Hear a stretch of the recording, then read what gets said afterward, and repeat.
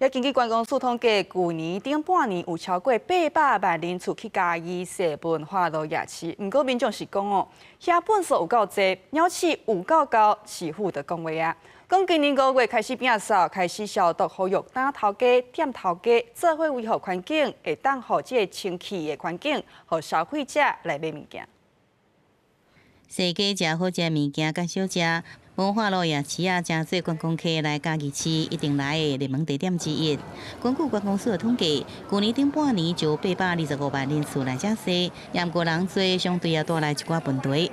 就是到了假日的时候，我们文化公园这附近啊，那个垃圾就很多，然后环境非常的脏乱，然后有时候啊，严重的时候还会看到老鼠跑出来。甲文化路夜市啊，小外文化公园是爸母带囡仔定定去的所在，去定就看到随处放垃圾的粪扫，也有食不完的物件，互附近的民众是真困扰。今来文化路夜市啊是观光热点，水沟边也出现了七人啊，也有一包一包的粪扫、温泉卫生的问题。民意代表指导定情，呼吁市府爱重视，避免影响嘉义市的形象。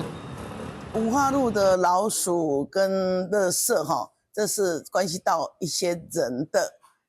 卫生环境的问题啦。可是这个应该一下下就有在整理，就很干净的，因为市政府有环保局有来做定期的消毒跟清水沟。